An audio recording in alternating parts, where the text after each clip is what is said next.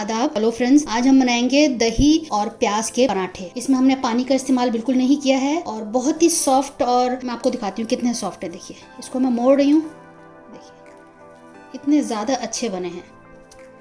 देखिए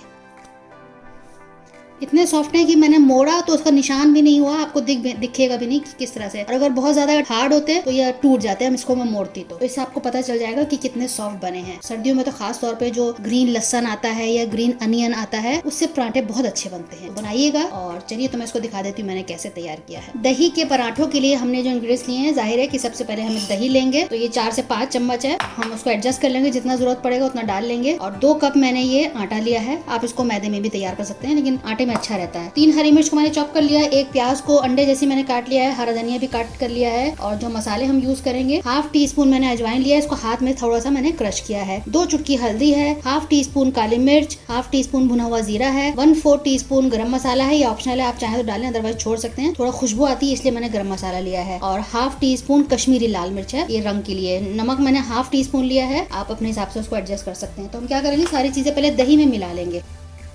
अच्छा सा एक पेस्ट तैयार कर लेते हैं। पहले इसको मिक्स कर लेंगे। पानी का इस्तेमाल नहीं करेंगे, हम पूरा दही से ही गूंद देंगे आटे को। तो पेस्ट हमारा तैयार हो गया है। सारे इंग्रेडिएंट्स इसमें डाल देते हैं। पहले इन सबको मिक्स कर लेते हैं। अब सारा दही जिसमें हमने मसाले ऐड किए हैं सब डाल देते हैं और आटा गूंद लेते हैं। जैसे नॉर्मली आप आटा गूंदते हैं वैसे ही गूंदना है। इसका एक खास इंग्रेडिएंट है जो हम बाद में इस्तेमाल करेंगे, वो मैं आपको बाद में दिखाती हूँ। पहले आटा गूंद के इसको रेस्ट करने के लिए हमें रखना होगा। मैंने लहसुन के पराठे बना के डाले हैं। कई तरह के पराठे हैं, गोभी के, मूली के। आमतौर पर क्या होता है, इस तरह के हम पराठे बनाते हैं तो उसमें स्टफिंग है उसकी वजह से गीला हो जाता है और आटे फटे फटे बनते हैं। तो फटे फटे ना बने उसका क्या तरीका है, तो उसमें मैंने बताया हुआ, आप देख लीजिएगा। आलू के पराठे हैं, वो भी बड़े नए तरीके से मैंने बनाए हुए हैं। गूंद लेना है। अब आप देखें कि दही से सारा आटा सिमट गया है। अभी गूंदा नहीं है, बस आटा सारा सूखा मैंने इकट्ठा कर लिया है। अब इसमें हम 1 से 2 चम्मच मलाई के डालेंगे। ये मलाई है, इससे बहुत ज़्यादा सॉफ्ट बनेंगे दही और मलाई के कॉम्बिनेशन से। और बाद में फिर हमें घी या तेल कम डालने की ज़रूरत पड़ेगी। सिंपली बस अब इसको हम गूंद लेंगे और एक अच्छा सा सॉफ्ट डो तैयार कर लेंगे।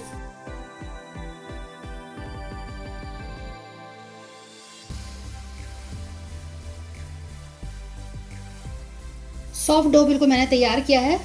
हार्ड डो होगा तो आपके पराठे थोड़े से टाइट होने लगेंगे। अब इसको हम ढक के 10 मिनट के लिए रख देते हैं, फिर इसके हम पराठे बना के आपको दिखाते हैं।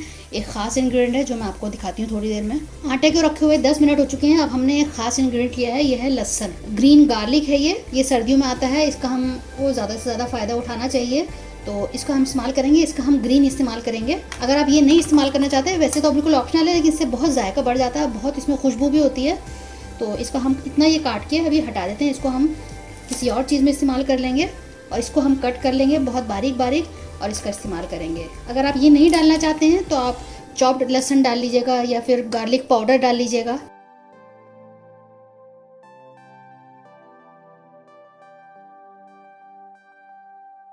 एक हम लोई ले लेते हैं पहले, जैसे आप आटे की लोई लेते हैं। हरे अनियन को कैसे इस्तेमाल करना है मैं आपको बताती हूँ। इस तरह से सूखे आटे में हम लगाएंगे थोड़ा सा।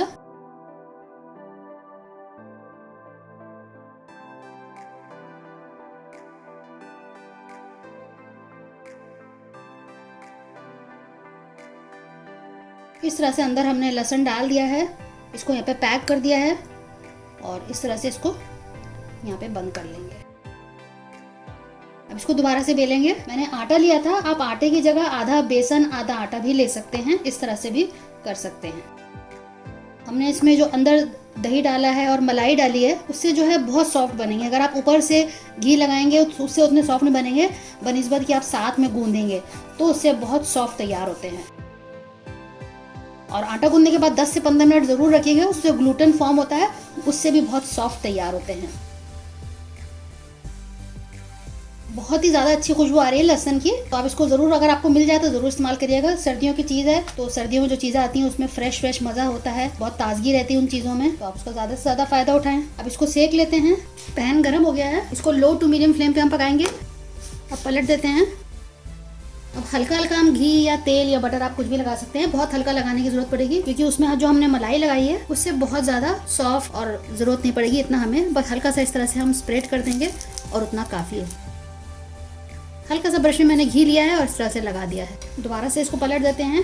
अब इधर भी लगा देते हैं। इसमें जो प्याज है, लहसुन है, दोनों चीज़ें मिलके इसके बहुत जायका बढ़ाएगा। एक बार ज़रूर ट्राई करिएगा।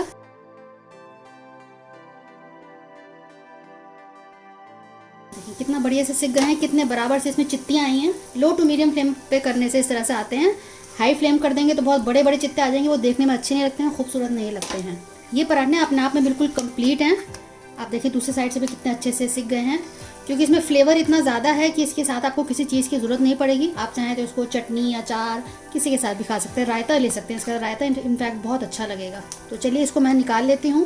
तो अब बढ़िया से देखिए हमारे पराठे तैयार हो गए हैं दही के। बाकी भी इसी तरह से तैयार कर लेते हैं। दही और प्याज के पराठे तैयार हो चुके हैं। बहुत ही लजीज बने हैं, इतने ज़्यादा सॉफ्ट हैं कि मैं क्या बताऊँ। देखिए इतने सॉफ्ट हैं कि ये ऐसे मुड़ जा रहे हैं। कितने बढ़िया तैयार हुए हैं।